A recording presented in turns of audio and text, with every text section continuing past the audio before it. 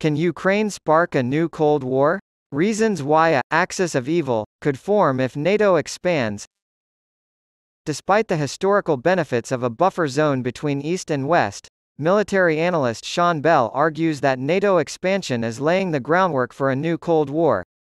The application to membership process went more quickly than ever before, and Sweden is expected to join later this summer, making this the quickest accession in history.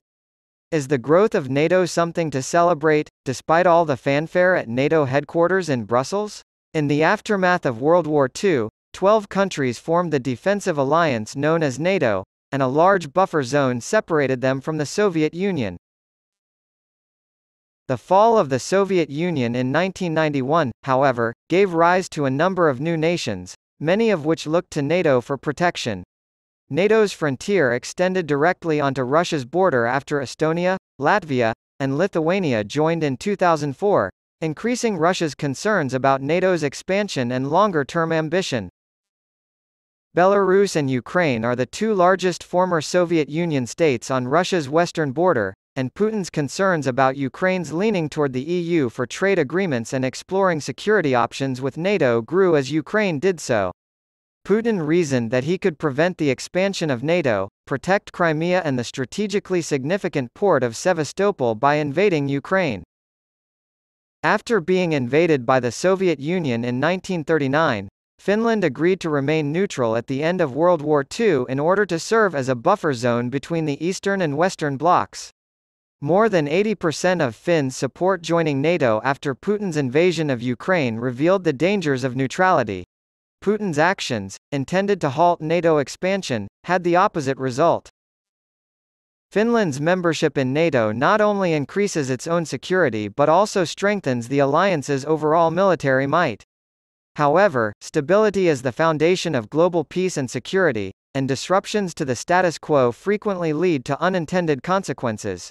Finland benefits from NATO's protection, but what can a new member contribute to the alliance? First, with Finland's entry, NATO's direct border with Russia has doubled in length. This will likely worry Putin because he recognizes the dangers posed by the United States' growing global influence right on his doorstep.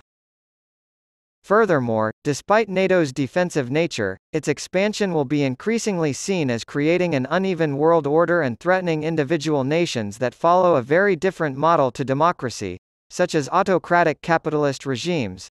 Because of this, Putin's recent review of foreign policy has proposed a new alliance to compete with NATO called the Axis of Evil, which includes countries like China, Iran, and North Korea.